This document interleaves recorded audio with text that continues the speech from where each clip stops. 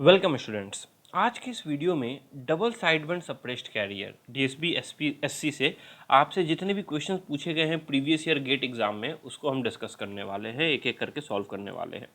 तो जैसा कि आप यहाँ देख सकते हो, कुल मिला के 8 क्वेश्चंस आपसे पूछे गए हैं। ईयर 2099 में पहला सवाल पूछा गया था और 2015 में सबसे रिसेंट क्वेश्चन 2 मार्क्स का पूछा गया था।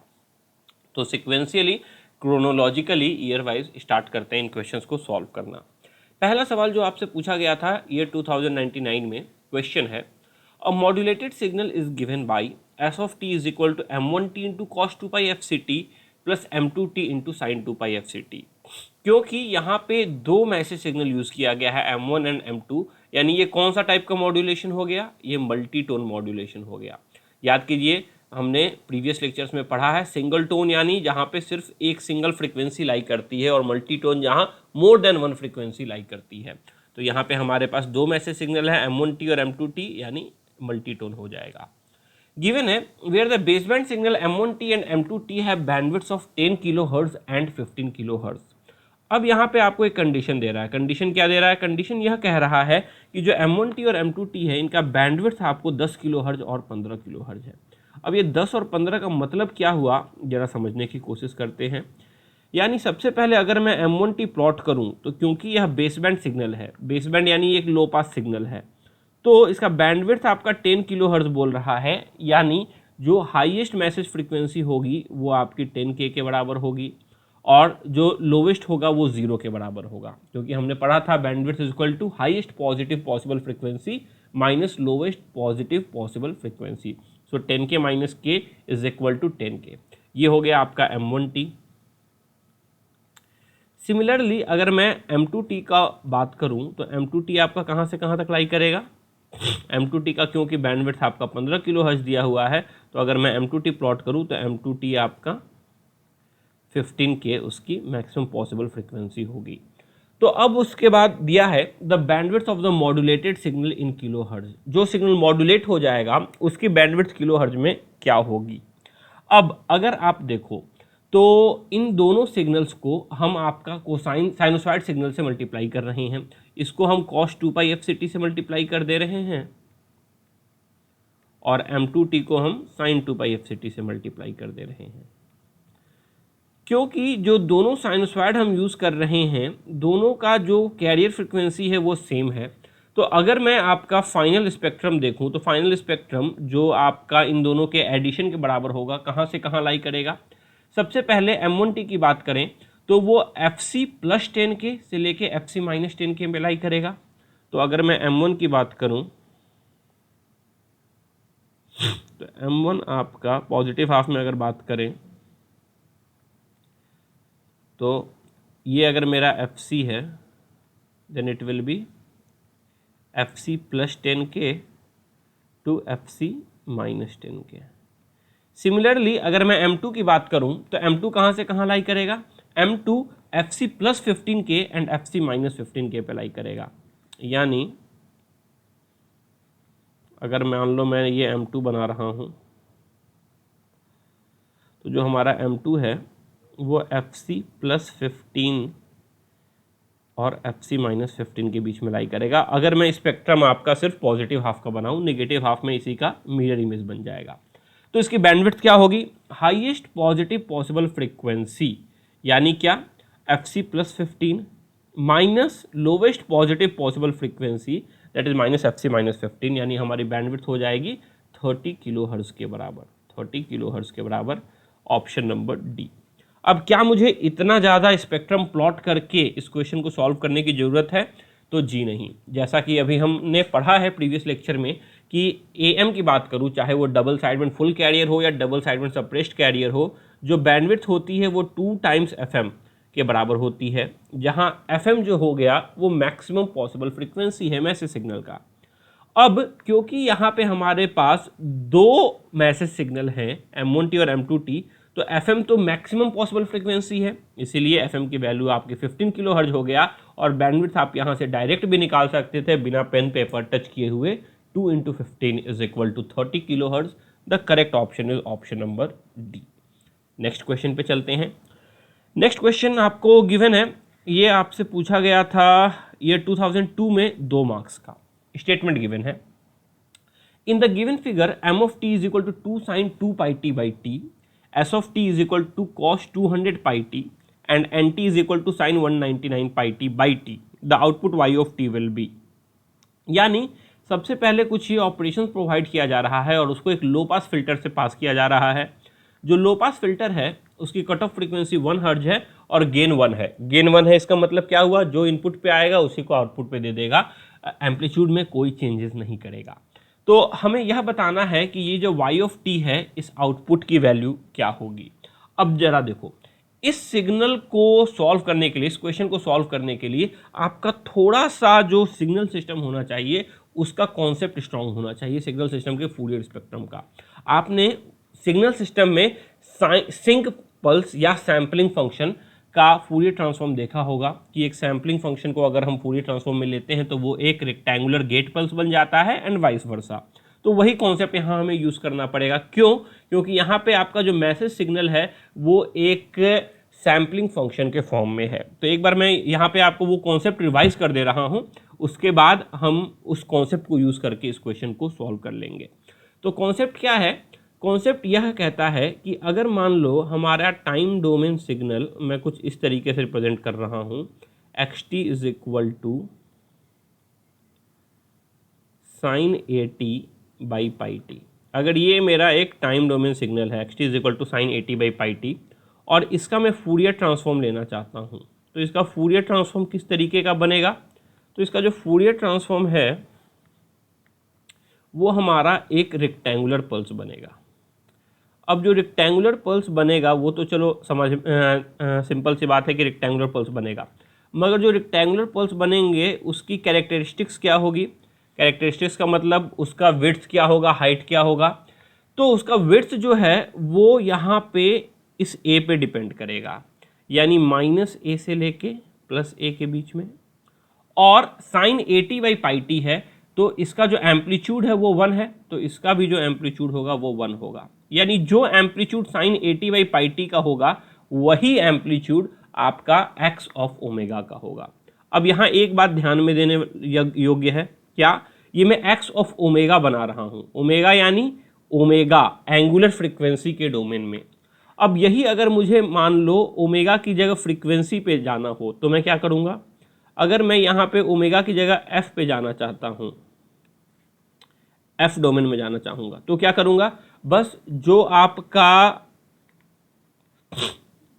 आपका जीरो क्रॉसओवर फ्रीक्वेंसी है उसको हम डिवाइड कर देंगे। क्यों? क्योंकि omega is equal to 2 pi f होता है, तो f अगर मुझे निकालना हो तो f क्या हो जाएगा?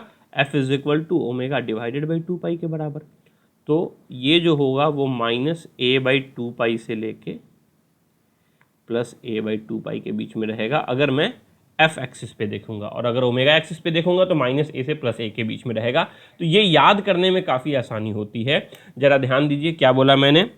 अगर आपको टाइम डोमेन में एक सिंक फंक्शन गिवन है, यानी sine AT by pi t के फॉर्म का कोई फंक्शन गिवन है, तो उसका जो फूरियर ट्रांसफॉर्म होता है वो एक रेक्टेंगुलर पल्स होता है एंड वाइस वर्सा। यानी अगर ये आपका टाइम डोमेन में है तो ये आपका उसका फ्रीक्वेंसी डोमेन हो जाएगा।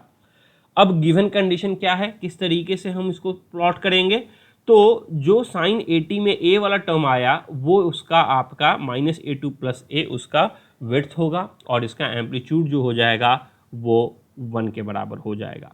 अब इसी पे एक क्वेश्चन अगर मान लो यहाँ पे मैं सॉल्व करना चाहूँ समझने के लिए, अगर मान लो मैं आपको क्वेश्चन देता हूँ साइन 2t बाई टी, मैं अगर आपसे पूछता हूँ साइन 2t बाई टी का मेरे को स्पेक्ट्रम बना के बताओ कैसा बनेगा, तो आप क्या बोलोगे?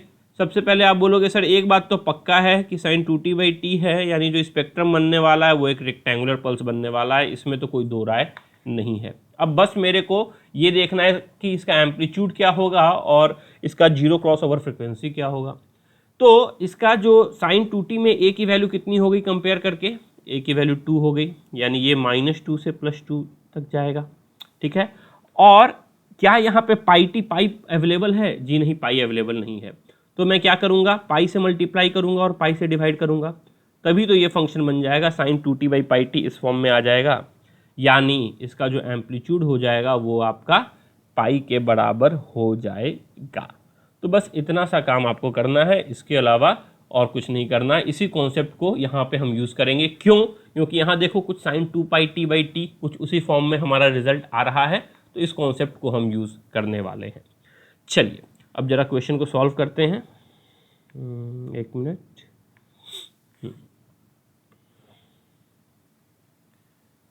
मैं सिर्फ इस चीज पार्ट को कॉपी करता हूँ।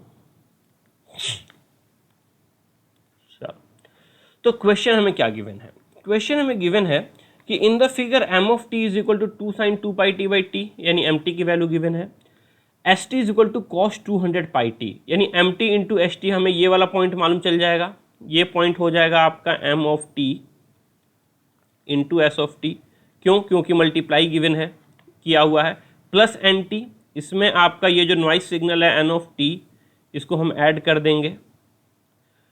Then again multiplied by s of t, यानी ये जो पूरा है इसको मैं एक बार और एस ऑफ टी से मल्टीप्लाई कर दूंगा। तो ये आएगा हमारा इस लो पास फिल्टर के इनपुट पे। इसको मान लो, मैं मान लेता हूं एक्स ऑफ टी, यानी हमारा जो एक्स ऑफ टी आ रहा है वो आ रहा है m t into s t plus n t into s t के बराबर में। ठीक है, तो चलिए जरा इनमें इन सिग्नल्स की वैल्यू रख देते हैं और देखते हैं एक्स ऑफ टी हमारा कैसा आ रहा है। तो इक्वल टू मैं लिख सकता हूँ एम टी हमारा है 2 sin 2πt divided by t. S t into s t s square t, तो s square t s t cos 200πt, तो ये हो जाएगा multiplied by cos square 200πt plus n t into s t, n t है sine 199πt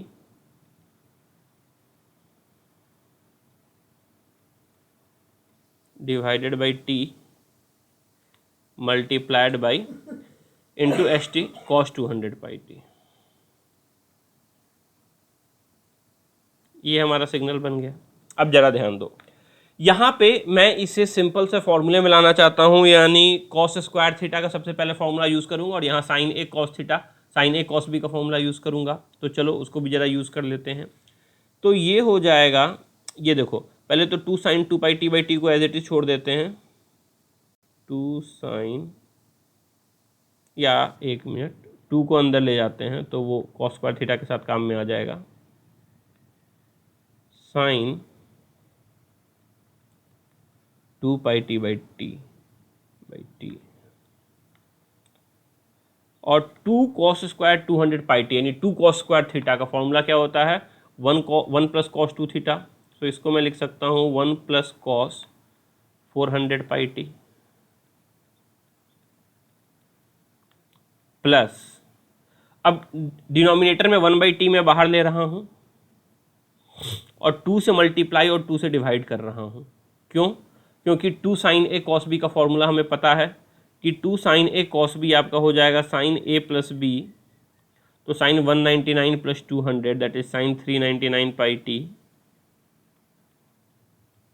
plus sin a minus b, और 199 minus 200 करेंगे तो sign minus pi होगा, minus बाहर ले लेते हैं तो ये हो जाएगा माइनस साइन पाई के बराबर। सिंपल सा हमने 2 sin a plus sign b का फॉर्मूला यहाँ यूज़ किया है, इसके अलावा और कोई यूज़ नहीं किया है। अब इसको आगे सॉल्व करते हैं।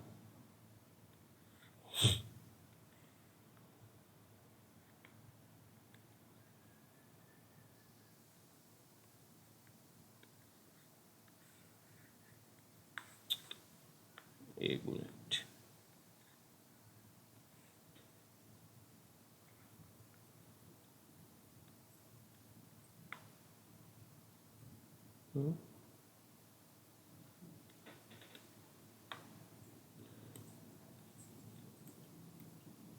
ये हैंग कर रहा है।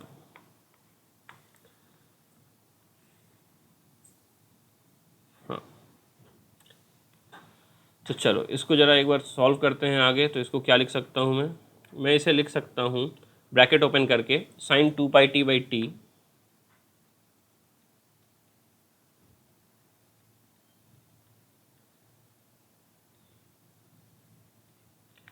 प्लस, देखो फिर से sign 2πt into cos 400πt, तो फिर से 2 साइन ए कॉस भी यहाँ यूज़ कर सकते हैं।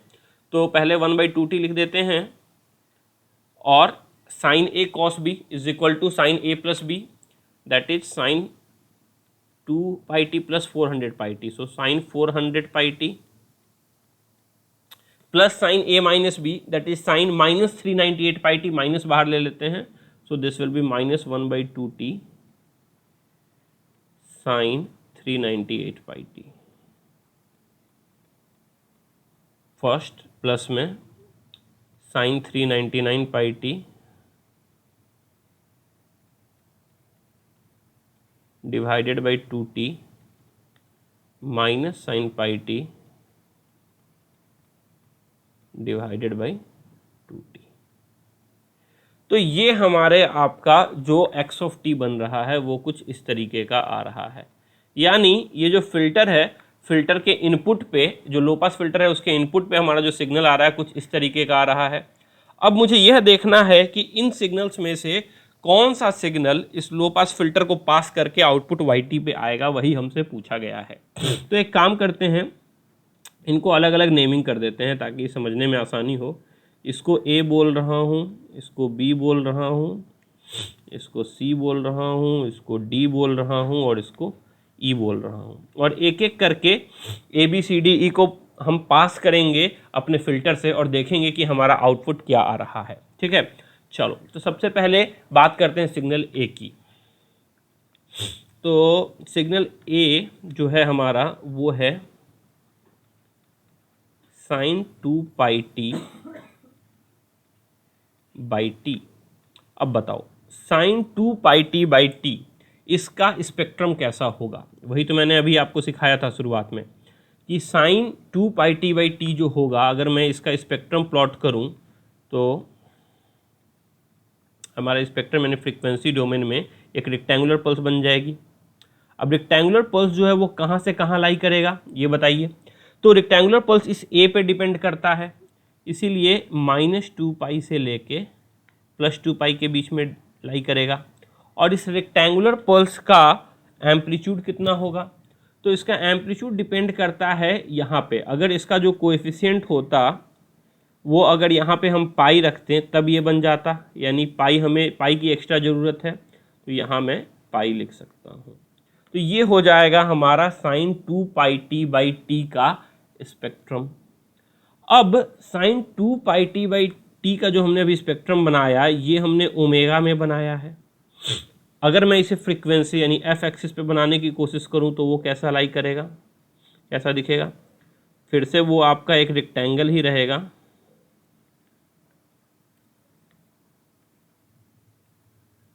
मगर 2π से डिवाइड कर देंगे, दैट इज -1 से +1 के बीच में, और एम्पलीट्यूड उसका आपका पाई के बराबर रहेगा। ठीक है, अब जरा इसकी बात करते हैं। ये जो सिग्नल है इसको अगर मैं इस लो पास फिल्टर से पास करूं, गिवन है लो पास फिल्टर का जो कट ऑफ फ्रीक्वेंसी है वो 1 हर्ज है, यानी ये सिग्नल जो है कंप्लीटली पास हो जाएगा। क्यों? क्योंकि -1 हर्ज और 1 हर्ज ही इसका आपका कंप्लीट फ्रीक्वेंसी डोमेन में रिप्रेजेंटेशन हो रहा है। तो अगर मैं इसे लो पास फिल्टर से पास कर रहा हूं, यानी बेसिकली जो हमारा लो पास फिल्टर यहाँ पे गिवन है वो आपका -1 से +1 के बीच में उसकी वैल्यू 1 है और बाकी हर जगह उसकी वैल्यू आपकी 0 है। -1 से +1 के बीच में उसकी वैल्यू 1 है, बाकी हर जगह उसकी वैल्यू 0 है। तो दिस इनटू दिस करेंगे तो as it is same function हो जाएगा। यानी यहाँ से मैं क्या कह सकता हूँ, यहाँ से मैं कह सकता हूँ मेरा जो पार्ट ए है जिसे मैंने ए से रिप्रेजेंट किया है वो कंप्लीटली इस लो पास फिल्टर से पास हो जाएगा, इसमें हमें कोई दिक्कत नहीं होने वाली। अब बात करते हैं पार्ट बी की, कि क्या पार्ट बी हमारा पास करेगा या पार्ट बी का कितना पोर्शन पास करेगा। तो सॉरी,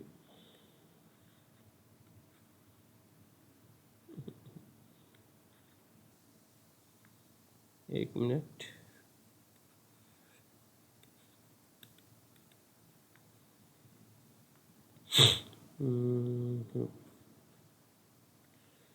ये हमारा पार्ट बी है। ऐड टू न्यू पेज करते हैं और इसको ज़रा हम प्लॉट करके देख लेते हैं कि इसका स्पेक्ट्रम हमारा किस तरीके का दिखेगा। फिर से ये sign 400 pi t by 2t के बराबर है। तो अगर मैं स्पेक्ट्रम प्लॉट करूँगा तो स्पेक्ट्रम सबसे पहले ओमेगा के लिए प्लॉट करते हैं, बाद में उसको एफ में कर देंगे। तो एफ में करने के लिए क्या करना है, बस जो एक्स एक्सिस है उसको 2 पाई से डिवाइड कर देना है। और स्पेक्ट्रम फिर से कैसा बनेगा, स्पेक्ट्रम तो आपका एक रेक्टेंगल ही बनने वाला है, इतना तो हम श्योर हैं। बस मुझे रेक्टेंगल का जीरो क्रॉस ओवर फ्रिक्वेंसी क्या है यह पता करना है, तो वो इससे पता चल जाएगा कि 400 है, यानी यहाँ रहेगा -400 और यहाँ रहेगा +400। ठीक है, ये हमारा ओमेगा एक्सिस है। और इसकी एम्पलीट्यूड की बात करें तो एम्पलीट्यूड में क्या है, नीचे में 2 है। हमें क्या 2 चाहिए, नहीं, हमें नीचे में पाई चाहिए। तो पाई से मल्टीप्लाई करेंगे और पाई से डिवाइड कर देंगे, यानी पाई बाई 2 एक एक्स्ट्रा फैक्टर आ रहा है। हमारे जनरल फॉर्मेट से पाई बाई 2 एक्स्ट्रा फैक्टर आ रहा है, तो इसका जो एम्पलीट्यूड हो जाएगा वो हो जाएगा पाई बाई 2 के बराबर। अब इसको मैंने ओमेगा डोमेन में किया। अगर इस ओमेगा की जगह मैं एफ लिख दूं, तो मुझे क्या करना है, बस ये जो 400 है इसको डिवाइड कर देना है 2 पाई से। 400 divided by 2 pi and -400 divided by 2 पाई, जैसा हमने यहाँ किया था।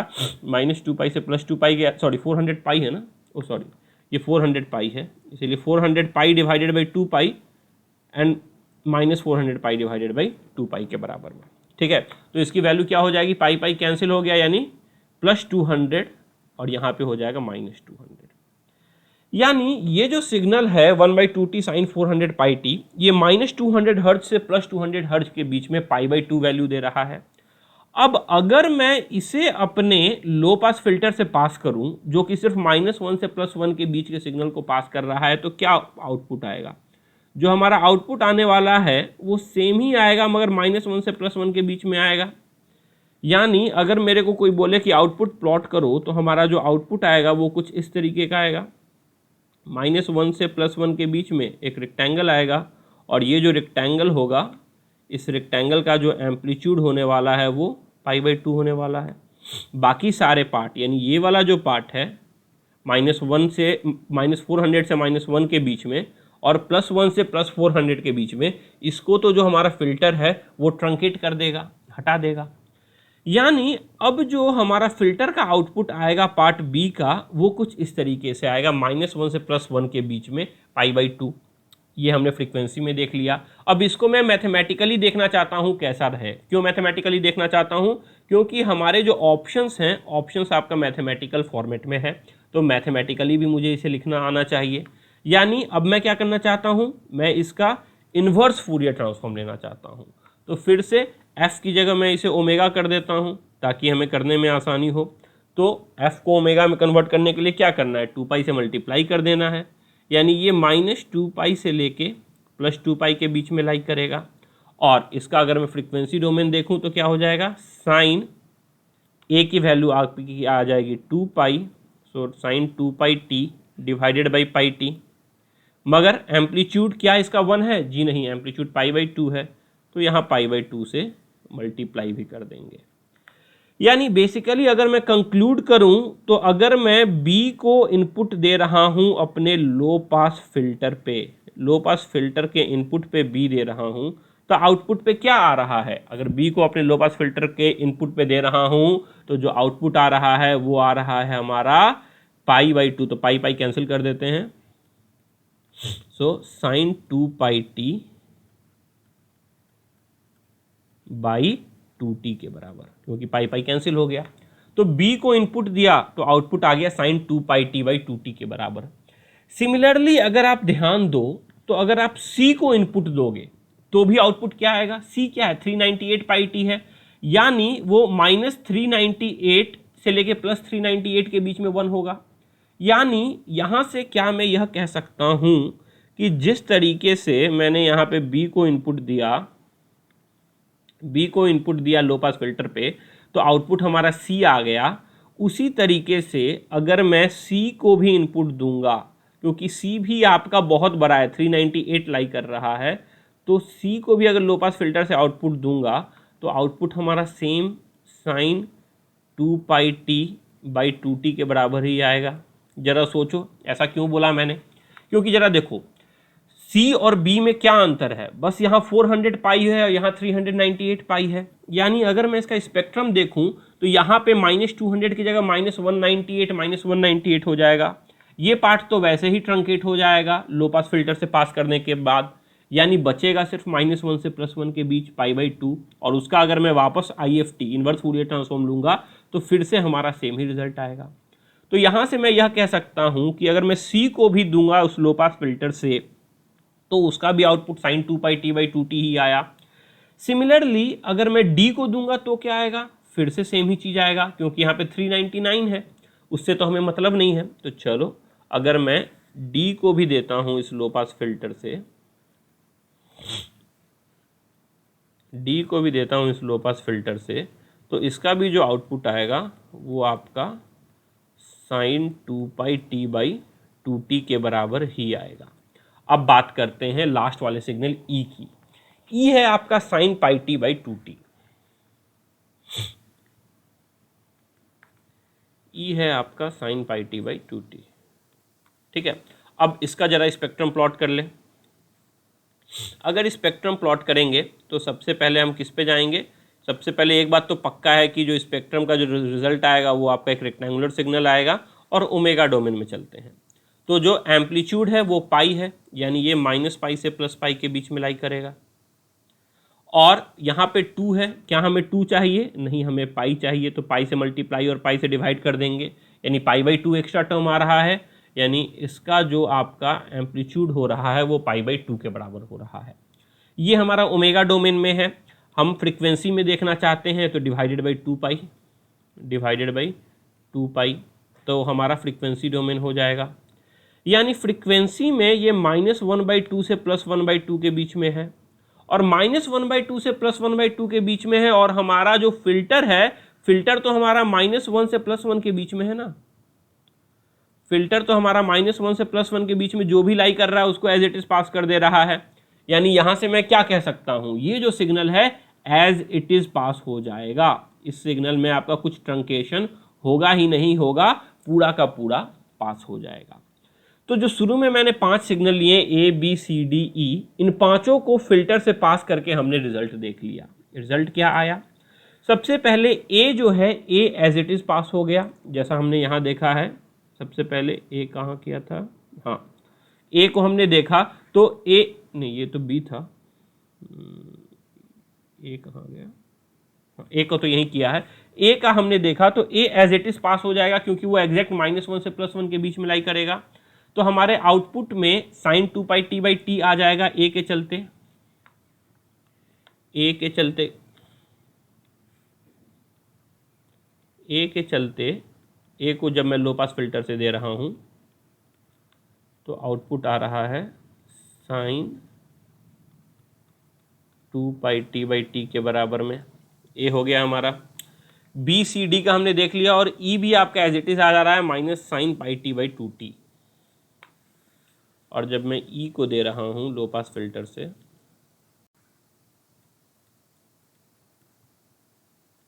तो ये आ रहा है आपका साइन कितना है πt/2t। अभी प्लस माइनस का साइन देख लेते हैं, बस प्लस माइनस का साइन बचा। तो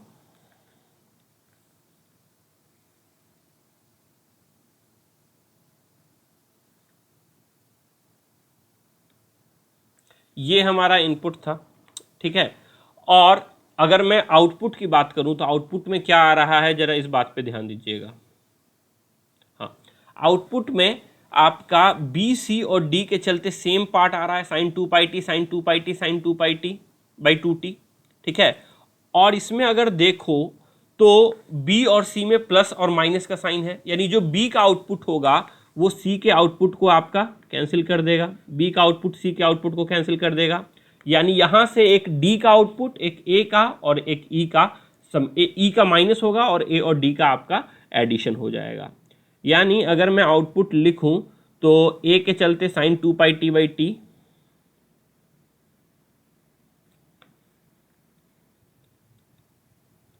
sin 2πt/t, B और C आपस में कैंसिल हो गए, D के चलते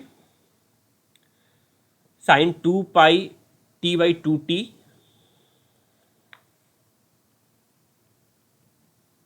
sine 2 pi t by 2t, और ई के चलते sine pi t by 2t, sine pi t by 2t, ये माइनस साइन के साथ, तो minus sine pi t by 2t, ये हमारा आपका आंसर आ रहा है। क्या कोई ऑप्शन इसको सेटिस्फाई कर रहा है? तो ऑप्शन अगर देखिए आप, तो ऑप्शन में मल्टीप्लाई करके दिया हुआ है, कुछ सिग्नल्स को आपस में मल्टीप्लाई किया है, दो सिग्नल को, और एक तो पक्का है कि sine 2 pi t by t एक तो आ ही रहा है, उसके अलावा बाकी कुछ मल्टीप्लाई किया हुआ है। तो sine 2 pi t by t छोड़ देते हैं, sine 2 pi t by t छोड़ देते हैं, और यहाँ पे फॉर्मूला यूज़ करते हैं, sign a minus sine B दिख रहा है हमें, तो इसको क्या लिख सकते हैं, sine 2 pi t by t plus 1/2t बाहर लिया अगर मैंने, तो ये है sine a minus sine b, sine ये पार्ट हो गया ए, ये पार्ट हो गया बी, तो sine a minus sine b का फॉर्मूला हो जाएगा cos a plus b, that is cos 2 pi t plus pi t, 3 pi t by 2 cos a plus b by 2, that is cos 1.5 pi t plus cos sine a minus b, तो sine 2 pi t minus pi t, तो sine 0.5 pi t by 2 करते हैं ना, a plus b by 2, a minus b by 2, तो ये हमारा आ जाएगा जिसमें कॉस 1.5 पाई टी है और साइन के साथ 0.5 पाई टी है। तो अगर आप देखो तो ऑप्शन नंबर सी हमारा सेटिस्फाई कर रहा है, sine 2 pi t by t plus sine 0.5 pi t by t into cos 1.5 pi t by t. यहाँ पे ये 2 जो है वो उसके साथ चला जाएगा, फॉर्मूले में आपका वो 2 आपका कंज्यूम हो जाएगा, ठीक है। तो यहाँ से आप सिंपली कह सकते हो कि आपका जो आंसर होगा वो ऑप्शन नंबर सी होगा, ठीक है। मगर क्या मुझे एग्ज़ाम में इतना टाइम है इतनी एनालिसिस करने के लिए? जी नहीं, इतना टाइम नहीं है। बट इतना एनालिसिस मैंने क्यों किया? इतना एनालिसिस मैंने इसलिए किया क्योंकि अगर मान लो आने वाले एग्जाम में और कोई टफ क्वेश्चन आता है तो आप उसको आसानी से सॉल्व कर लो। अब यहाँ पे क्या मैं डायरेक्टली इसको सॉल्व करने की कोशिश कर सकता था बिना ज़्यादा सोचे हुए? अगर आप सोचो तो एक बात तो पक्का है, आउटपुट में sine 2 pi t by t आना ही आना है, तो इस पार्ट को सोचने से कोई बेनिफिट ही नहीं है। मुझे बेसिकली डिसाइड करना है कि इन तीनों में से कौन सा पार्ट आएगा या कुछ नहीं आएगा, यही मुझे डिसाइड करना है। तो ये प्रॉब्लम कॉम्प्लेक्स इसलिए बना क्योंकि हमने इसे sampling function sine 80 by pi T लेके सॉल्व किया और बाद में रेक्टेंगल लेते गए, ठीक है। अगर आप इसको ये वाला टी वाला टर्म इग्नोर करके सॉल्व करते, ध्यान दीजिएगा ये करेक्ट तरीका नहीं है, ये शॉर्टकट तरीका है, तो शॉर्टकट हमेशा सही नहीं होता, इस क्वेश्चन में लग जाएगा, बस ये बताना चाहता हूँ। तो अगर आप यहाँ पे सिर्फ साइन मान के चलोगे तो काफ़ी आसानी से ये क्वेश्चन सॉल्व हो जाएगा। क्यों, जरा सोचते हैं। ये हमारा आपका एक्स ऑफ टी आ रहा है टोटल एनालिसिस करने के लिए, और ये मैं टी को मान लो इग्नोर कर रहा हूँ। अब ये गिवन है कि हमारा जो लो पास फिल्टर है उसका आउटपुट जो है वो 1 हर्ज के बाहर वाले को ट्रंकेट कर देगा, 1 हर्ज के अंदर वाले को पास कर देगा। तो अगर मैंने मान लो ये टी को इग्नोर कर दिया तो क्या क्या हमारे आउटपुट में आ रहा है, जरा सोचो। क्या sine 2 pi t by t आएगा? जी हाँ, क्योंकि दिस इंटू 1 ये चीज़ आपका आ जाएगा। क्या sine 2 pi T into cos 400 pi T, इसमें से कुछ आएगा क्या? नहीं। क्यों? एक चला जाएगा 402 पे, एक चला जाएगा 398 पे, दोनों आपका रिजेक्ट हो जाएगा। क्या साइन 399 आएगा? जी नहीं। क्या साइन पाई टी आएगा? जी हाँ, ये तो 1 हर्ज से छोटा है। यानी मैं सिंपली कह सकता हूँ something sine 2 pi t minus sine pi t, ये पार्ट हमारा आएगा, और बाकी जो हमने रिजेक्ट कर दिया है, रिजेक्ट किया है, वहां से हमारा एक्चुअली ये वाला पार्ट आ रहा है। तो बस इस वाले पार्ट को पाने के लिए हमने इतनी एनालिसिस की, और ये वाला पार्ट अगर जो आप देखो तो इसको फिर से आप फॉर्मूले में लगाओगे तो आपका ऑप्शन नंबर सी फिर से आ जाएगा। तो अगर आपके कॉन्सेप्ट क्लियर हैं तो आप एक जो सिंक फंक्शन है उसको एक साइनसॉइड में भी थोड़ा सा जल्दी, अगर मैं सिर्फ ऑब्जेक्टिव के लिए बोल रहा हूँ, शॉर्टकट के हिसाब से सॉल्व करके सोच सकते हो किस तरीके से रिजल्ट लाया जा सकता है। बट बेस्ट तरीका है प्रॉपर तरीके से जाना। चलिए, ये one of the toughest question था जो आपसे एनालॉग कम्युनिकेशन में पूछा गया था। अगले क्वेश्चन पे चलते हैं। अब बाकी सारे क्वेश्चन काफ़ी सिंपल हैं। नेक्स्ट क्वेश्चन आपसे ये 2003 में पूछा गया था। क्वेश्चन है the input to a coherent detector is DSB-SC signal plus noise. अब इनपुट आपका है कोहेरेंट डिटेक्टर। कोहेरेंट मतलब क्या मैंने बताया था, कोहेरेंट यानी सिंक्रोनस डिटेक्टर। सिंक्रोनस में क्या इशू आता था, सिंक्रोनस में इशू आता था QNE का, क्वाड्रेचर नल इफेक्ट, यानी कि जो सिग्नल है जो आपका cos 2π f हम इनपुट पे जनरेट करते हैं और जो आउटपुट पे करते हैं, अगर उनके बीच में 90 डिग्री का फेज शिफ्ट आ जाए जिसे क्वाड्रेचर कहते हैं, तो जो आउटपुट होगा वो नल यानी कि जीरो हो जाएगा। तो यहाँ बता रहा है कि एक कोहेरेंट डिटेक्टर के इनपुट पे DSB सिग्नल और नॉइस है, यानी हमारा एक डिटेक्टर है, सिंक्रोनस डिटेक्टर है, डिमोडुलेटर जिसे हम कहते हैं। इसके इनपुट पे दो चीज़ें आ रही हैं। कौन कौन सी आ रही हैं, एक तो आपका DSB-SC आ रहा है और इसके साथ में नॉइस भी ऐड हो गया है, और ये दोनों आपके इसके इनपुट पे आ रहे हैं। पूछा गया है the noise at the detector output is, जो डिटेक्टर के आउटपुट पे जो नॉइस होगा, सिग्नल क्या होगा उससे मतलब नहीं है, जो नॉइस होगा उसमें कौन सा कंपोनेंट बचेगा, इन फेज, क्वाड्रेचर या कंप्लीट जीरो हट जाएगा या वो इन्वेलप में आ जाएगा नॉइस। देखो एक बात तो पक्का है कि क्वाड्रेचर को तो ये कोहेरेंट डिटेक्टर पास नहीं करने देने वाला है, यानी हम क्या कहेंगे, जो आउटपुट होगा उस पर आपका क्वाड्रेचर कंपोनेंट पास नहीं होगा, आपका द इन फेज कंपोनेंट होगा, यानी जो आउटपुट होगा उसमें ओनली नॉइस का इन फेज कंपोनेंट होगा, पार्ट ए। चलिए अगले सवाल पे चलते हैं। अगला सवाल गिवन है a DSB-SC signal is to be generated with a carrier frequency FC is equal to 1 megahertz. यानी यहाँ पे आपको कंडीशन दे दिया है। कंडीशन क्या दिया है कि मेरे को जो कैरियर फ्रीक्वेंसी चाहिए वो 1 मेगाहर्ट्ज ही चाहिए, मेरे को उससे ज़्यादा या कम नहीं चाहिए, 1 मेगाहर्ट्ज का ही कैरियर फ्रीक्वेंसी चाहिए। Using a non linear device, और जो डिवाइस हम यूज़ कर रहे हैं वो एक non linear square law device है, यहाँ पे क्यूबिक यूज़ किया है, A0 VI plus A1 VI cube, where A0 and A1 are constant. The output of the non-linear devices can be filtered by an appropriate band pass filter. यानी input जो देंगे, input के सबसे पहले हम क्या कर रहे हैं, इनपुट कुछ दे रहे हैं अपने इस नॉन लीनियर डिवाइस में, और इस नॉन लीनियर डिवाइस के आउटपुट को हम जैसा भी चाहें वैसा डिजायर्ड बैंड पास फिल्टर से पास कर सकते हैं, यही तो बोल रहा है। The output of the non linear device can be filtered by an appropriate band pass filter, जैसा बैंड पास फिल्टर आपको चाहिए उससे आप इसको पास कर लो। इसके बाद यह भी गिवन है कि ये जो VI हम यूज़ कर रहे हैं उसका फॉर्मूला है AC cos 2π FCT plus MT के बराबर, where M of T is the message signal, जहाँ M of T message signal है।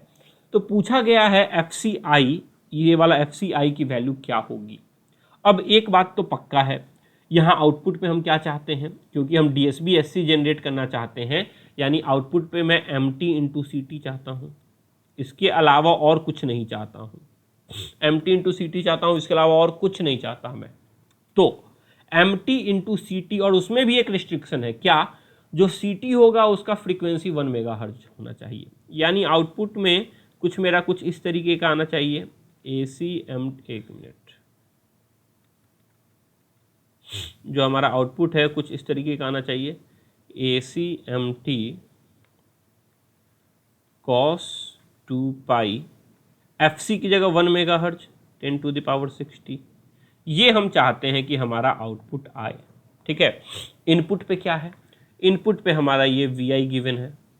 तो सबसे पहले मैं ये क्या करूँगा, ये जो इंटरमीडिएट सिग्नल है जिसको मैं V0 बोल देता हूँ, ये V0 मैं निकालना चाहूँगा। तो V0 कैसे निकलेगा, VI, ये जो VI है उसको इस इक्वेशन में अगर मैं पुट कर दूंगा तो मेरा V0 निकल जाएगा। तो चलिए जरा V0 निकालने की कोशिश करते हैं। V0 क्या होगा, V0 इज इक्वल टू, सबसे पहले A0 VI, यानी A0 से मैं मल्टीप्लाई कर दूंगा सारे इनपुट को, तो A0 into AC cos 2π FC, ये FC टू दी पावर आई नहीं है, वो रिप्रेजेंट करने का तरीका है बस, प्लस A0 इंटू MT, ये हमने लिख दिया, फर्स्ट पार्ट हो गया। A0 VI plus A1 VI cube, यानी प्लस A1 अब VI क्यूब, तो ये कुछ A प्लस B के होल क्यूब के फॉर्मूला में है, और A प्लस बी का होल क्यूब हम जानते हैं क्या होता है, A cube plus B cube plus 3A square B plus 3AB square, तो वो लिख देते हैं। सबसे पहले A cube, that is AC cube cos cube 2 pi FCT plus A1 A cube plus B cube B1 हो जाएगा M cube T plus 3A square B plus 3 times A square यानी AC स्क्वायर कॉस स्क्वायर 2 पाई FCT plus 3A into MT 3A square B होता है ना 3A square B plus 3AB square that is plus 3AC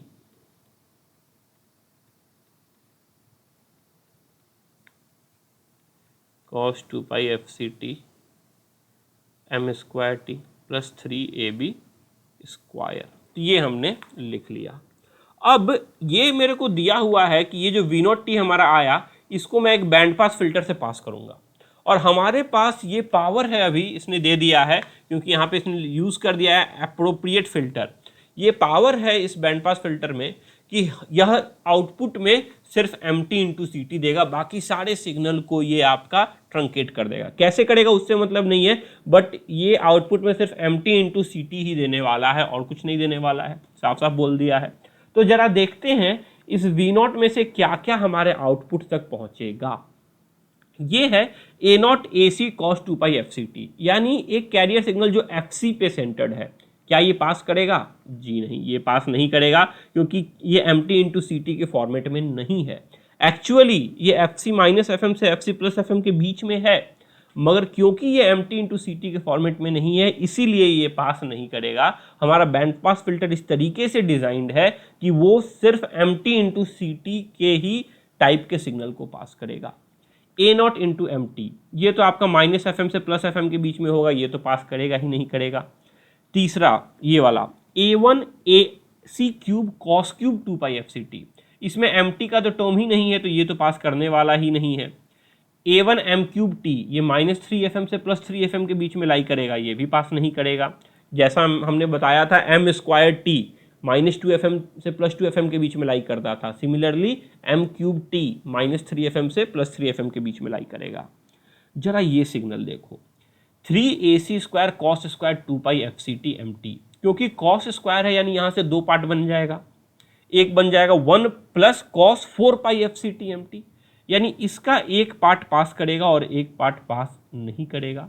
और अगर इसकी बात करें तो ये FC प्लस 2FM और FC माइनस 2FM के बीच में लाई करेगा M स्क्वायर T।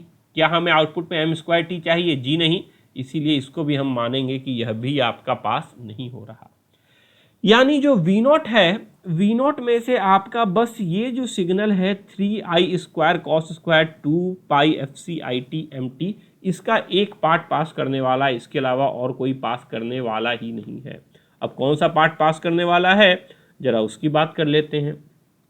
इसको मैं लिख सकता हूँ 2 कॉस स्क्वायर थीटा का फॉर्मूला लगा रहे हैं, सो 3/2 AC square into 1 plus cos 2 theta, तो AC स्क्वायर MT एक पार्ट हो गया और दूसरा पार्ट हो जाएगा 3/2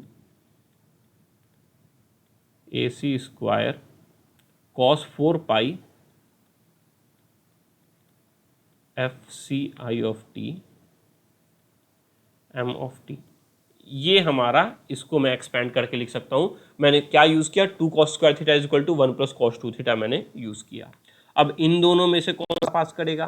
तो ये तो माइनस FM से प्लस FM के बीच में लाई करता है, ये पास नहीं करेगा, ये वाला सिग्नल आपका पास कर जाएगा। अब हमारे को जो आउटपुट चाहिए उसका फॉर्मेट क्या होना चाहिए? वो चाहिए हमें कुछ AC MT cos 2 pi into 10⁻⁶t के बराबर, ये होना चाहिए हमारा। ठीक है, तो इसको कॉपी करके नहीं, ठीक है, तो इससे मैं लिख लेता हूँ, हमें जो आउटपुट चाहिए वो चाहिए AC cos 2 पाई FCT इंटू MT के फॉर्मेट में, और जो मिल रहा है वो मिल रहा है कुछ 3/2 ACI square cos 4/FCIT plus MT के बीच में। अब इन दोनों को कोरिलेट कर लेते हैं। MT MT हो गया, ये जो AC हो जाएगा ये आपका 3/2 ACI स्क्वायर के बराबर हो गया। cos 2πFCT cos 4πFCIT के बराबर है। तो यहाँ से मैं क्या कह सकता हूँ, मैं यह कह सकता हूँ FC is equal to 2 times FCI। तभी तो ये दोनों बराबर हो जाएगा ना, 2 pi into 2FCI of T. तो 2 पाई टी कैंसिल और 2FCI इक्वल टू FC। और हम जानते हैं क्वेश्चन में हमें गिवन है कि जो FC है वो आपका 1 मेगाहर्ट्ज के बराबर है। तो इसको यहाँ पे पुट करते हैं, तो यहाँ से आप सिंपली लिख सकते हो FCI जो है वो 1 megahertz by 2 that is 0.5 megahertz के बराबर हो जाएगा। तो 0.5 मेगाहर्ट्ज आपका करेक्ट ऑप्शन जो हैगा वो हो जाएगा ऑप्शन नंबर सी। तो इस तरीके से इस क्वेश्चन को आपको सॉल्व करना था। अगले क्वेश्चन पे चलते हैं। अगला क्वेश्चन आपको यहाँ पे गिवन है, यह आपसे ये 2014 में पूछा गया था, 2 मार्क्स का। गिवन है consider a system shown in the figure, let x of f and y of f denote the Fourier transform of xt and yt respectively, the ideal high pass filter as the cut off frequency of 10 kilohertz. ये जो high pass filter है ये 10 kilohertz से ऊपर के signal को पास करेगा, बाकी सबको रिजेक्ट कर देगा। और बैलेंस मॉड्यूलेटर है, यानी बेसिकली आउटपुट क्या होगा, बस MT इंटू CT, एक आपका DSB SC सिग्नल बनेगा। तो पूछा जा रहा है the positive frequency where y of f has spectral peak r। ये जो पीक देख रहे हो आप, जो x ऑफ f है उसका पीक कहाँ पे है, -1 किलोहर्ट्ज और +1 किलोहर्ट्ज। तो ये बोला जा रहा है ये जो y ऑफ t होगा इसका पीक कहाँ कहाँ पे होगा, यानी बेसिकली आपको स्पेक्ट्रम प्लॉट करके रिजल्ट बताना है और कुछ नहीं। तो चलिए प्लॉट कर लेते हैं। स्पेक्ट्रम तो हमने कई बार प्लॉट किया है, ठीक है। तो सबसे पहले xt यहाँ पे है, इस सिग्नल को मैं मान लेता हूँ x1, इसको मैं मान लेता हूँ x2 और ये हो जाएगा yt। स्टेप बाय स्टेप जाने में काफ़ी आसानी होती है। तो पहले x1 प्लॉट करते हैं, x1 का स्पेक्ट्रम। x1 क्या होगा, xt इंटू 10 किलोहर्ट्ज, यानी ये जो xf है इसको मैं 10 किलोहर्ट्ज पे शिफ्ट कर दूंगा। 10 किलोहर्ट्ज पे कैसे शिफ्ट कर सकता हूँ, जो 0 पे है वो 10 पे हो जाएगा, जो 0 पे है वो 10 पे हो जाएगा, और जो -3 पे है वो 10 - 3 7 पे होगा, जो +3 पे है वो 10 + 3 13 पे होगा। -1 + 1 पे पीक है, यानी यहाँ पे 9 और 10 + 1 11 पे पीक होगा। यानी हमारा जो सिग्नल बनेगा कुछ इस तरीके का बनेगा। ये तो हमारा पॉजिटिव बन गया, ठीक है, ये हमारा पॉजिटिव बन गया। अब निगेटिव में भी बनेगा, क्योंकि प्लस में भी शिफ्ट होता है, माइनस में भी शिफ्ट होता है। तो अगर मैं निगेटिव बनाने की कोशिश करूं तो निगेटिव कहाँ से स्टार्ट होगा, 0 जो है वो -10 पे चला जाएगा, पीक जो है वो एक -9 पे रहेगा, एक -11 पे रहेगा। फिर यहाँ पे जो है आपका -10 + 3 दैट इज़ -7 और -10 - 3 दैट इज़ -13 लाइक करेगा। यानी जो सिग्नल होगा वो आपका -10 से स्टार्ट होगा, -11 पे पीक पकड़ेगा, फिर -13 जाएगा, फिर -10 से स्टार्ट होगा, -9 पे पीक पकड़ेगा और -7 तक जाएगा। तो ये जो है ये स्पेक्ट्रम बन गया हमारा x1 ऑफ f। अब इस x1 ऑफ f को क्या कर रहे हैं, 10 किलोहर्ट्ज के हाई पास फिल्टर से पास कर रहे हैं। यानी हाई पास फिल्टर से पास करने का मतलब क्या हो गया, इसको मैं मल्टीप्लाई कर रहा हूँ एक हाई पास फिल्टर से जो 10 किलोहर्ट्ज के ऊपर सबको एज इट इज़ पास कर देगा और 10 किलोहर्ट्ज के नीचे जितना है उसको वो आपका ब्लॉक कर देगा, both positive as well as negative. 10 kilohertz के ऊपर जो है उसको पास कर देगा, 10 किलोहर्ट्ज के जो नीचे है उसको ब्लॉक कर देगा। यानी x2f की अगर मैं बात करूं तो x2f में आपका ये वाला जो पार्ट है लोअर साइड बैंड ये आपका ट्रंकेट हो जाएगा, सिर्फ अपर साइड बैंड रहेगा, ठीक है। तो जरा x2f को प्लॉट करते हैं, यहीं से अगर मैं इसे कॉपी कर लूं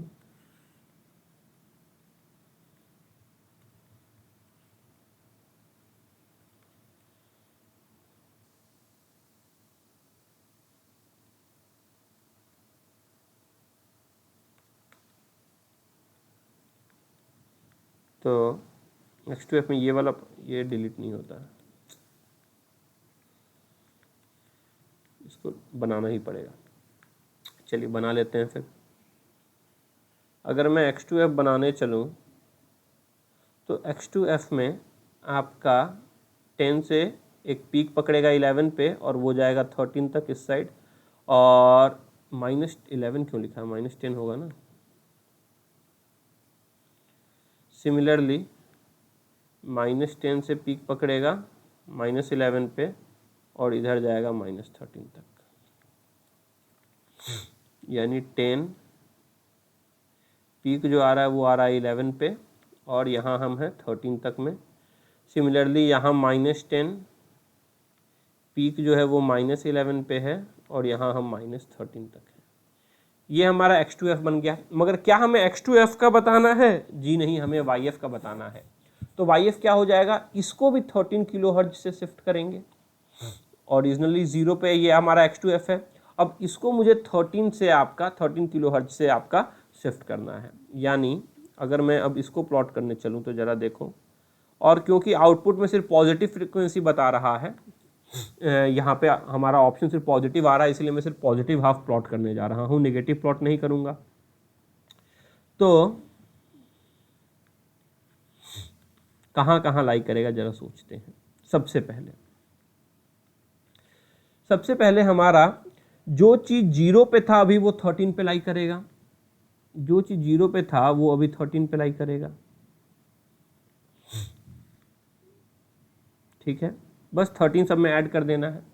जो चीज़ 10 पे था वो कहाँ आ जाएगा, वो 13 + 10 23 पे आ जाएगा।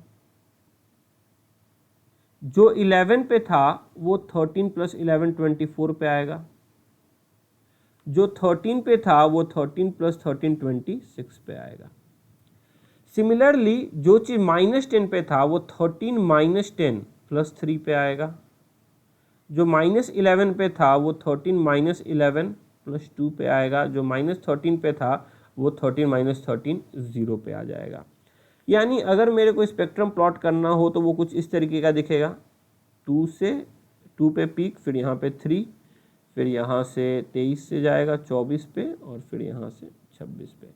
यानी आपसे जो पूछा गया है क्वेश्चन ये पूछा गया है कि the positive frequency have spectral peak. तो स्पेक्ट्रल पीक कहाँ कहाँ पे आ रहा है आप देख सकते हो। आपका जो स्पेक्ट्रल पीक है वो एक तो 2 पे आ रहा है और एक आपका 24 किलोहर्ट्ज पे आ रहा है। So the correct option will be option number B, the spectral peaks will be at 2 kilohertz and 24 kilohertz. तो इस तरीके से बस स्पेक्ट्रम प्लॉट कर करके आपको इस क्वेश्चन को सॉल्व करना था। अगले क्वेश्चन पे चलते हैं। अगला क्वेश्चन आपसे 2014 में पूछा गया था 2 नंबर का। ये भी आपका बेसिकली स्पेक्ट्रम प्लॉटिंग पे ही यह क्वेश्चन है, इसके अलावा कुछ नहीं है। तो जरा देखते हैं कैसे इसे सॉल्व करना है। क्वेश्चन है, in the given figure m of t is the Fourier transform of the message signal mt। ये आपका फूरियर ट्रांसफॉर्म है where a is equal to 100 hertz. तो ये जो पार्ट है ये पॉइंट बताया है a की वैल्यू 100 है एंड b इक्वल टू 40, यानी 40 100 और यहाँ पे -40 और -100, ये आपका सिग्नल है m of f। उसके बाद let v of t is equal to cos 2 pi f ct, mt into V T करेंगे तो वी टी की वैल्यू आपको गिवन है cos 2 pi f ct के बराबर में, and w t equal to cos 2 pi f c plus a t, यानी w t जो है इसकी frequency F C plus A यानी एफ सी प्लस 100 के बराबर है, और वी टी की फ्रीक्वेंसी मैंने एफ सी माना है जो कि यहाँ पे गिवन है, where f C is greater than a, और एफ सी की वैल्यू ए से बड़ी है यानी F C is greater than 100, ये तो बोला हुआ है। पूछा गया है the cut off frequency of both the filters are F C. दोनों हाई पास और लो पास फिल्टर का जो कट ऑफ फ्रीक्वेंसी है वो तो एफ सी है। इसके बाद पूछा गया है the bandwidth of the signal at the output of the modulator. ये जो एस ऑफ टी है इसकी बैंडविड्थ क्या होगी यह आपको बताना है। तो फिर से क्या करेंगे, फिर से वही हमें स्पेक्ट्रम प्लॉट करना है और हमारा काम हो जाएगा। तो चलो पहले सिग्नल का नाम दे देते हैं, इसको x1 बोल देता हूँ, हाई पास फिल्टर के आउटपुट को x2 बोल देता हूँ, WT से मल्टीप्लाई करेंगे तो इसको x3 बोल देते हैं, और लो पास फिल्टर का आउटपुट S ऑफ टी है। तो एक एक करके x1 x2 x3 को अगर मैंने प्लॉट कर लिया तो हमारा काम बन जाएगा। तो चलो स्टार्ट करते हैं x1 के साथ। x1 कहाँ से कहाँ लाई करेगा बताओ। सबसे पहले mt यहाँ से यहाँ लाई कर रहा है, इसको fc के साथ मल्टीप्लाई कर देंगे, यानी जो चीज़ 0 पे था वो चीज़ अब fc पे हो जाएगा। यानी अगर मैं बात करूँ तो 0 पे जो था वो अभी fc पे हो गया, तो fc प्लस 40 क्योंकि हमसे पूछा गया the bandwidth of the signal at the output of the modulator, इसीलिए बैंडविड्थ पूछा जा रहा है यानी पॉजिटिव फ्रीक्वेंसी की बात की जा रही है, इसीलिए मैं नेगेटिव फ्रीक्वेंसी अभी डिजाइन नहीं करने वाला हूं, सिर्फ पॉजिटिव फ्रीक्वेंसी का ही स्पेक्ट्रम प्लॉट कर देते हैं। तो ये FC और FC+40 और ये हो जाएगा FC+100। सिमिलरली यहां पे आ जाएगा FC-40 और FC-100 के बराबर में, और हमारा बनेगा कुछ यहाँ से लेगा स्टार्ट करेगा FC तक जाएगा। ध्यान दीजिए हमें स्पेक्ट्रम के एम्पलीट्यूड से कुछ लेना देना है ही नहीं, क्योंकि हमें बैंडविड्थ पूछा गया है, तो एम्पलीट्यूड आधा हो या ना हो उससे अभी हमें लेना देना है ही नहीं, उधर ध्यान नहीं देंगे हम।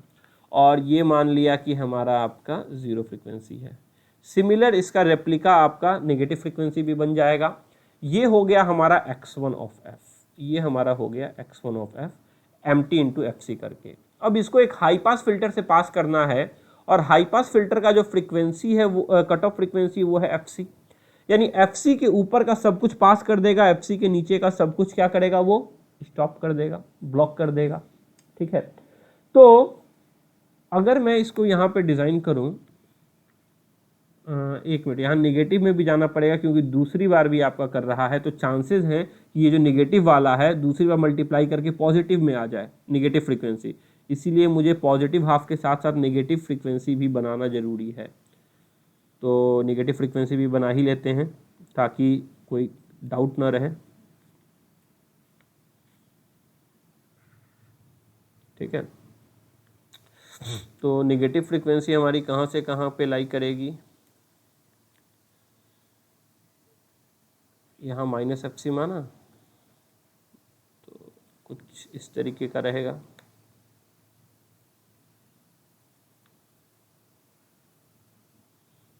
ये हमारी नेगेटिव फ्रीक्वेंसी आएगी, तो ये आएगा -FC +40, ये आएगा -FC +100, ये आएगा -FC -40, और ये आएगा -FC +100 के बराबर।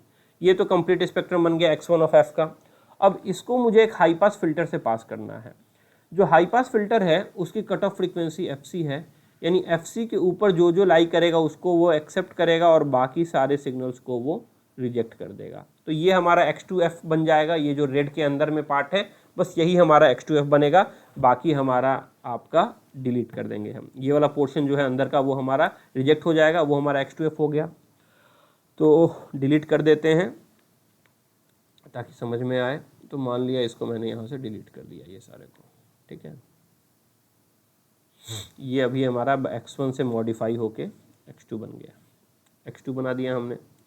अब इस x2 को मैं WT से मल्टीप्लाई कर रहा हूँ, यानी FC+100 पे अब कंप्लीट को मैं शिफ्ट करूँगा। तो अगर मैं कंप्लीट को FC+100 पे शिफ्ट करूँगा तो हमारा स्पेक्ट्रम कैसा बनेगा, ज़रा सोचो। ये हमारा 0 फ्रीक्वेंसी मान लेते हैं। ठीक है, हमारे पास सिग्नल FC+40 और FC+100 था, तो FC+100 को मैं FC+100 और ऐड कर दूंगा। एक बार तो ऐड करते हैं, एक बार सब्सट्रैक्ट करते हैं ना। तो FC + FC+100 ये वाला पॉइंट जो हो जाएगा वो हो जाएगा 2FC + 200 पे, और ये वाला पार्ट जो हो जाएगा FC+40 पे, FC + FC that is 2FC + 40 + 100 140। Similarly यहाँ पे -FC -40 में अगर मैं +FC +100 करूँ तो -FC +FC कैंसिल और -40 + 100 +60 हो जाएगा, +60 हो जाएगा। एंड -FC -100 में +FC +100 कर दूँ तो -FC + FC आपका कैंसिल हो जाएगा और +100 + 100 आपका 0 हो जाएगा। ये प्लस नहीं, यहाँ माइनस होना चाहिए। यहाँ तो प्लस हुआ है ना, यहाँ माइनस होना चाहिए। सो -FC + FC कैंसिल एंड -100 + 100 0 हो जाएगा। यानी अगर मैं स्पेक्ट्रम की बात करूँ तो जो पॉजिटिव साइड का स्पेक्ट्रम बनेगा वो कुछ इस तरीके का बनेगा, और इसी का रेप्लिका नेगेटिव साइड में बन जाएगा। यानी अगर मैं रेप्लिका बात करूँ तो वो 0 से -60 और यहाँ पे आपका कुछ इस तरीके से बनेगा। ये मैं अभी X3F को प्लॉट कर रहा हूँ, तो x3f हमारा कुछ इस तरीके का दिखेगा, -2fc -200 -140 सॉरी एंड -2fc -200। ये हमारा बन गया x3 का स्पेक्ट्रम। अब इसको एक लो पास फिल्टर से पास कर रहे हैं, और लो पास फिल्टर की क्या खासियत है? लो पास फिल्टर की खासियत ये है कि उसका जो आपका कट ऑफ फ्रीक्वेंसी है वो fc के बराबर है, यानी जो चीज़ भी +fc से -fc के बीच में लाई करेगा उसको वो पास करेगा, बाकी सबको वो आपका रिजेक्ट कर देगा। अब ये fc मैंने 60 से बड़ा क्यों बताया? क्योंकि गिवन है fc is greater than 100, fc जो है वो 100 से बड़ा है, क्योंकि a = 100 हर्ट्ज है, यानी पक्की बात है 60 से बड़ा होगा। तो हमारा जो फाइनल आउटपुट है s ऑफ t वो किस तरीके का दिखेगा? तो अगर मेरे को s ऑफ t बनाना है तो हमारा s ऑफ t आपका कुछ इस तरीके का सिग्नल दिखेगा, s of t lies between -60 to +60। अब पूछा गया इसकी बैंडविड्थ कितनी है। अब बैंडविड्थ तो हम जानते हैं सिर्फ पॉजिटिव फ्रीक्वेंसी को कंसीडर करते हैं, नेगेटिव को कंसीडर ही नहीं करते हैं, इसलिए highest frequency minus lowest frequency 60 - 0, the bandwidth will be 60 hertz. आपका आंसर हो जाएगा 60 के बराबर। अब ध्यान दीजिएगा इस क्वेश्चन में, इस क्वेश्चन में शुरुआत में मैंने कोशिश किया था कि सिर्फ मैं पॉजिटिव स्पेक्ट्रम बनाऊं, नेगेटिव स्पेक्ट्रम ना बनाऊं, मगर मैंने नेगेटिव स्पेक्ट्रम बनाया। ऐसा क्यों किया? क्योंकि यहाँ पे 2 बार हम मॉड्यूलेट कर रहे हैं, सिंगल मॉड्यूलेशन नहीं, 2 बार मॉड्यूलेट कर रहे हैं, 2 बार एक सिग्नल से मल्टीप्लाई कर रहे हैं। तो जब पहली बार मॉड्यूलेट किया मैंने, तो अब तो पक्की बात है नेगेटिव फ्रीक्वेंसी की मुझे जरूरत नहीं है बैंडविड्थ निकालने के लिए, मगर जैसे ही मैंने ये देखा कि इसको दूसरी बार भी मल्टीप्लाई कर रहे हैं, तो पक्की बात है ये चीज़ भी शिफ्ट होकर पॉजिटिव में आएगा, जो कि हुआ, जो कि पॉजिटिव में आया और वो पास भी हुआ। तो इसीलिए ध्यान दीजिएगा, अगर आपका 2 बार मॉड्यूलेशन हो रहा हो तो आपको दोनों पॉजिटिव और नेगेटिव स्पेक्ट्रम बनाना चाहिए। अगर सिंगल मॉड्यूलेशन हो रहा है और बैंडविड्थ का पूछा गया है तो सिर्फ एक बार मॉड्यूलेट करके काफ़ी है, आपको सिर्फ पॉजिटिव स्पेक्ट्रम बना के आप आंसर बता सकते हो। चलिए अगले क्वेश्चन पे चलते हैं। अगला क्वेश्चन 1 मार्क्स का पूछा गया था 2014 में ही। क्वेश्चन है, a modulated signal MT cos 40,000 πt where the baseband signal MT has frequency component less than 5 kHz only, यानी मैक्सिमम मैसेज फ्रीक्वेंसी जो होगा वो 5 kHz होगा, उससे ज़्यादा नहीं हो सकता, ठीक है। और अ मॉड्यूलेटेड सिग्नल है MT × cos 40,000 πt, यानी यहाँ से क्या मैं कैरियर फ्रीक्वेंसी बता सकता हूँ, MT × CT का फॉर्मेट है, यानी कैरियर फ्रीक्वेंसी हम देख सकते हैं 20,000 के करीब है। 2 से डिवाइड कर देंगे, पाई पाई कैंसिल, और 2 पे 40, 20,000 के बराबर ये हमारा हो गया कैरियर फ्रीक्वेंसी, और मैसेज फ्रीक्वेंसी है हमारी 5,000 हर्ट्ज। तो पूछा गया है the minimum required rate at which YT should be sample to recovered MT recover करने के लिए YT को मिनिमम कितने पे सैंपल करना चाहिए। ये बेसिकली नाइक्विस्ट रेट का फॉर्मूला है, और एक बात ध्यान रखिएगा, जो नाइक्विस्ट रेट होता है वो आगे हम सैम्पलिंग में पढ़ेंगे। जो नाइक्विस्ट रेट होता है वो 2 टाइम्स FM के बराबर होता है। 2 टाइम्स FM का मतलब क्या हो गया, जो आपकी मैक्सिमम पॉसिबल फ्रीक्वेंसी है उसको 2 गुना कर दो। तो अगर उस पर आप किसी सिग्नल को सैंपल करते हो, सैंपल करना मतलब डिजिटलाइज करना चाहते हैं, तो अगर किसी सिग्नल को आप सैंपल करके वापस पाना चाहते हो तो आपको उसको नाइक्विस्ट रेट पे सैंपल करना चाहिए, यानी 2 टाइम्स मैक्सिमम पॉसिबल फ्रीक्वेंसी पे आपको उसे सैंपल करना चाहिए। अब क्योंकि यहाँ पे हमें YT को सैंपल करना है, अगर मुझे MT मैसेज सिग्नल को सैंपल करना रहता तो मैं बोलता हमारा नाइक्विस्ट रेट 2 × 5,000 यानी 10 kHz है, मगर क्या मुझे मैसेज सिग्नल को सैंपल करना है? जी नहीं, मुझे Y को सैंपल करना है। तो Y का मैक्सिमम फ्रीक्वेंसी कितना हो जाएगा, FC + FM, minimum FC - FM, क्योंकि DSB SC मॉड्यूलेशन हो रहा है ना, तो FC - FM से FC + FM के बीच में लाई करेगा।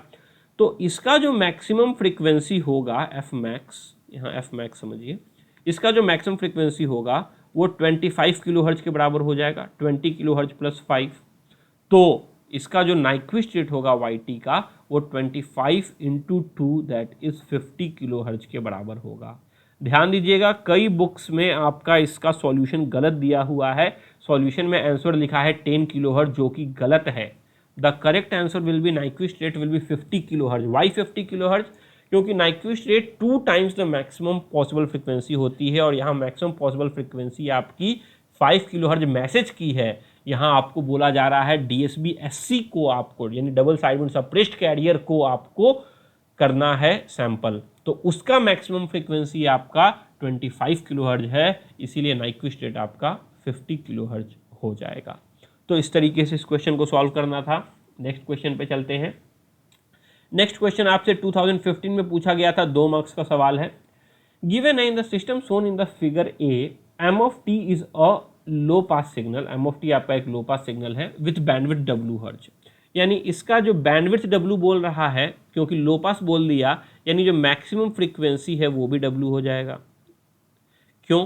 क्योंकि अगर एम ऑफ टी देखें तो हम कुछ ऐसा देखते हैं, और ये होता है आपका प्लस FM, ये होता है माइनस FM, और अगर बैंडविड्थ देखें तो बैंडविड्थ क्या हो जाएगा, FM माइनस 0 FM के बराबर, और वही W के बराबर बोल रहा है।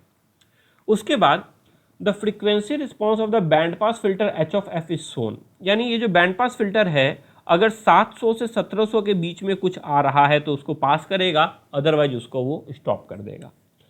आगे पूछा गया है, it is desired that the output signal Z of T is equal to 10xt। हम चाहते हैं कि जो आउटपुट ZT आए वो मेरा 10xt आए और कुछ ना आए, सिर्फ 10xt ही आए। तो the maximum value of W in hertz should be strictly less than, इस W की वैल्यू किस वैल्यू से छोटी होनी चाहिए, यानी इन अदर वर्ड्स W की मैक्सिमम वैल्यू क्या हो सकता है ताकि हमारा आउटपुट 10xt आए, ये पूछ रहा है।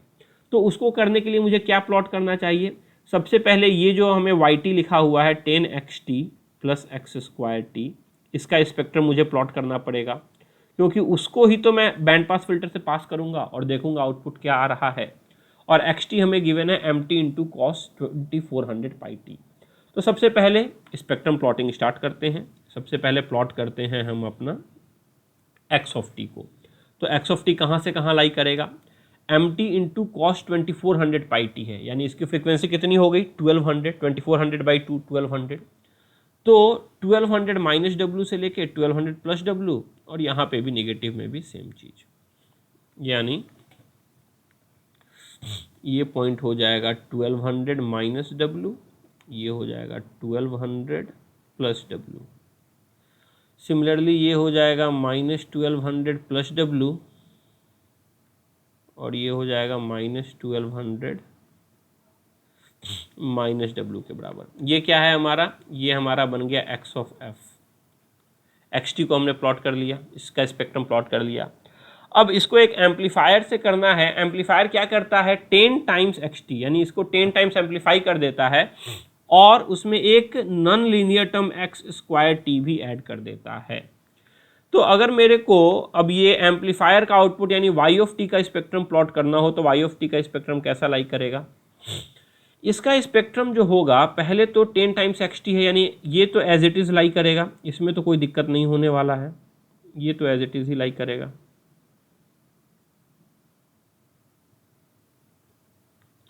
इसको तो बना ही लेते हैं।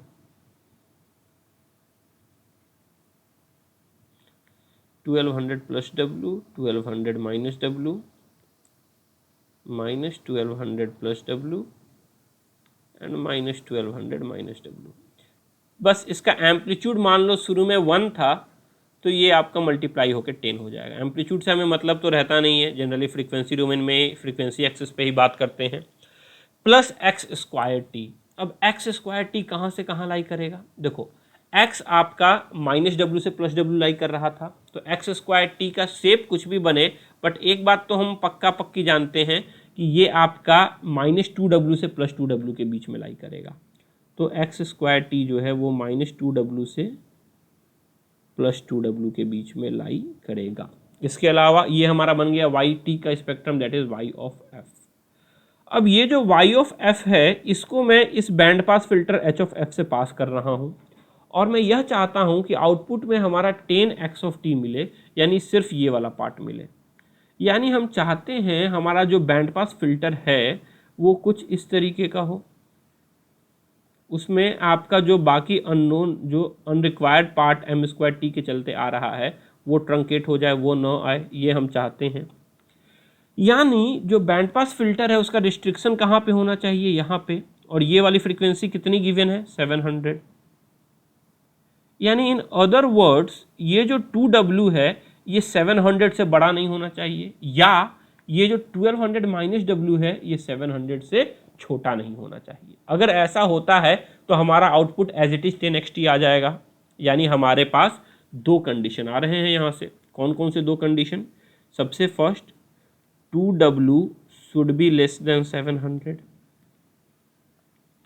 क्योंकि 2W अगर 700 से बड़ा हो जाएगा तो आउटपुट में थोड़ा सा नॉइस आ जाएगा इसके चलते, जो कि हम नहीं चाहते हैं। यानी फर्स्ट केस आ रहा है W should be less than 350, और सेकंड क्या आ रहा है? सेकंड हमारा आ रहा है 1200 माइनस W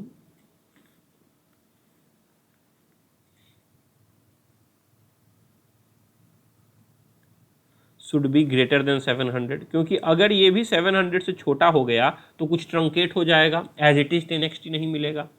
तो यहाँ से मैं कह सकता हूँ W should be less than, उधर भेजा और 700 को इधर भेजा 500। यानी W की वैल्यू पहले केस के हिसाब से 350 से छोटी, दूसरे के हिसाब से 500 से छोटी, तो बेस्ट कौन सा होगा? बेस्ट होगा 350 से छोटा, क्योंकि ये दोनों को सेटिस्फाई कर रहा है। वही पूछ रहा है कि W की मैक्सिमम वैल्यू क्या हो सकती है इन हर्ज, तो W की मैक्सिमम वैल्यू आपकी 350 हर्ज हो सकती है। यह हो गया आपका इस क्वेश्चन का जवाब। तो इस तरीके से आपको 8 क्वेश्चन सॉल्व करना था, जो आपसे DSB SC के बेसिस में के कॉन्सेप्ट्स के बेसिस पे पूछा गया है पिछले ईयर गेट्स में, जो हमने आज के लेक्चर में कवर किया। तो चलिए आज का लेक्चर यहाँ पे एंड करते हैं, मिलते हैं आपसे अगले लेक्चर में, तब तक के लिए गुड डे।